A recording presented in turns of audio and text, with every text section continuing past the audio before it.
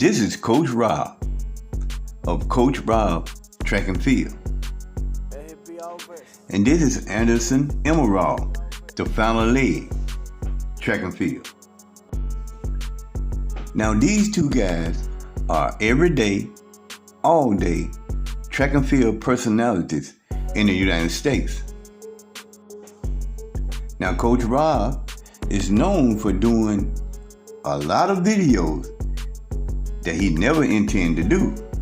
But when he does those videos that he never intended to do, you better pay attention. Now recently, Coach Rob has been doing videos giving the state of track and field in the United States. And this is a subject that he and Anderson have had many discussions about. And for the record, I do not disagree with them, not one iota. But I think they don't go far enough. Now, they both spend a lot of time and effort trying to come up with ideas of how to make track and field more popular in the United States.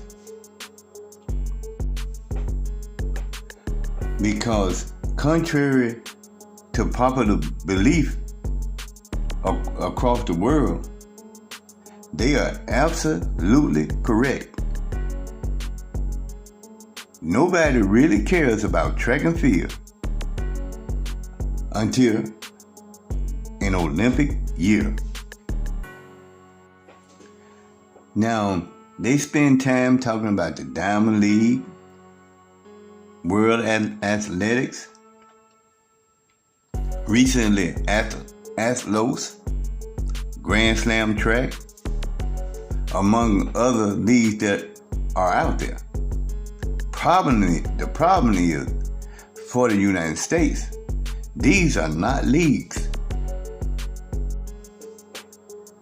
These are event coordinators. So I'm going to put my spin on it. Because the only way that the United States will recognize a league is that you have to have teams. And you have to have teams in New York, Chicago, Los Angeles, Las Vegas, sports capitals like those. With 366 million people in the United States, people gather around their home team. Now let me give you an example of what I'm talking about. This is Isabella Whitaker.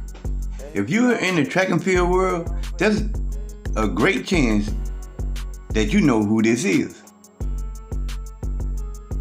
But if she was on a sports team in New York, that's 10 million people just in New York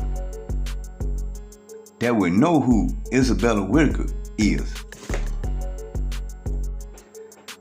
But as it stands right now, if you ask a New Yorker who Isabella Whitaker is, most of them will look at you like you have lost your mind.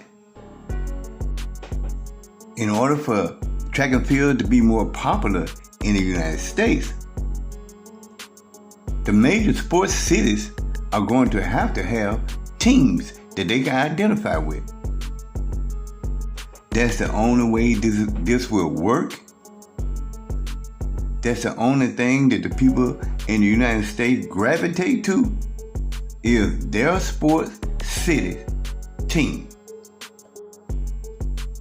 Now in the Netherlands, I am sure that 75% of the Netherlands knows who Femke Bol is. But in the United States, Femke Bowl would be invisible.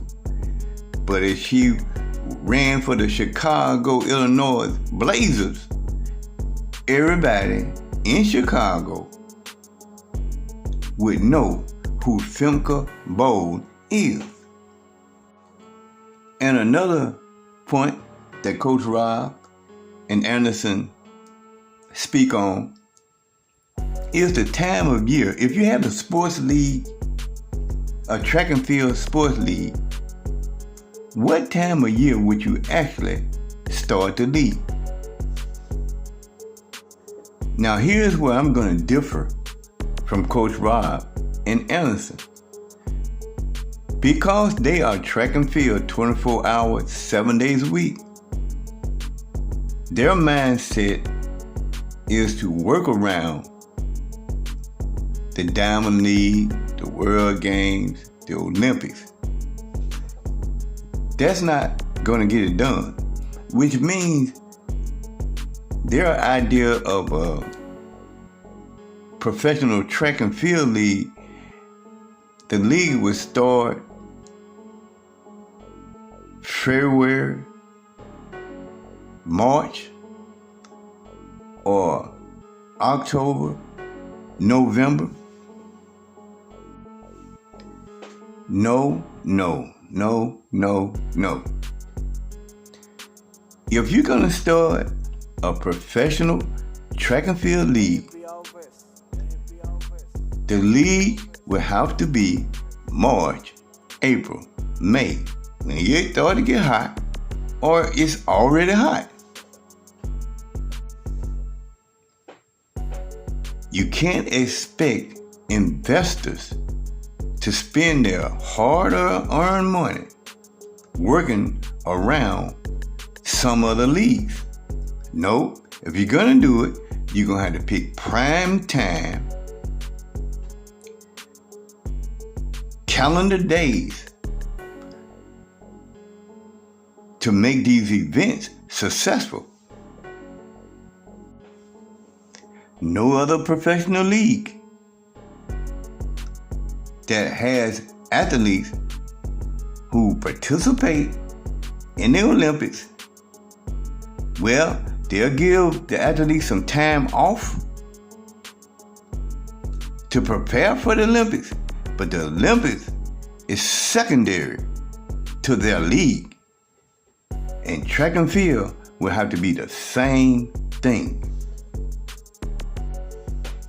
So the track and field world will have to get a different mindset.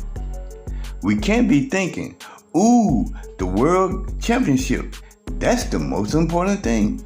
Or, ooh, the Olympics, that's the most important thing. No. Those things will be secondary to a professional league because they secondary to every other professional league. And I know the Olympics is special to everybody. It's special to the world. But every other league who has participants who participate in the Olympics, they figure it out.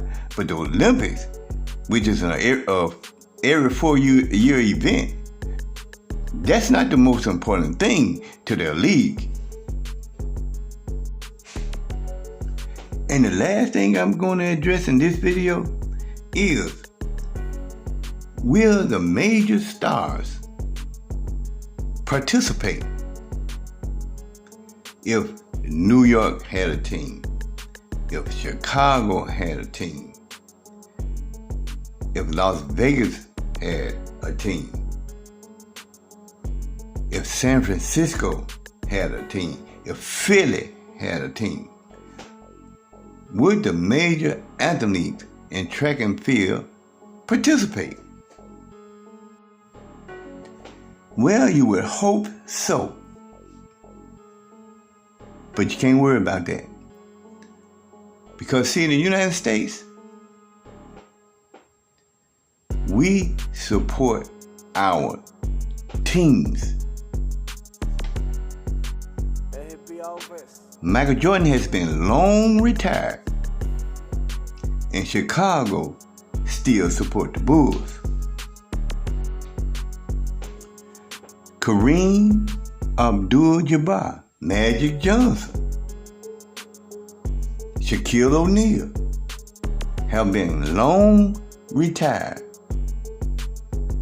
from the Lakers, but Los Angeles still support the Los Angeles Lakers.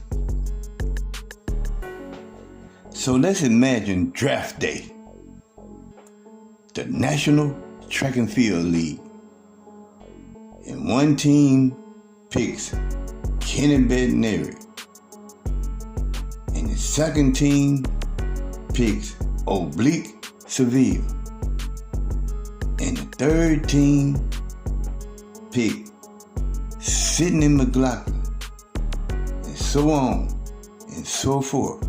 Because I'm imagining the women and men's team all in the same draft though. And you only have a certain amount of team members. The women gonna run against the women. The men gonna run against the men. Just like high school and just like college. And once that city embraces their team members, it will be nice to have all the stars from track and field. But after 5 years,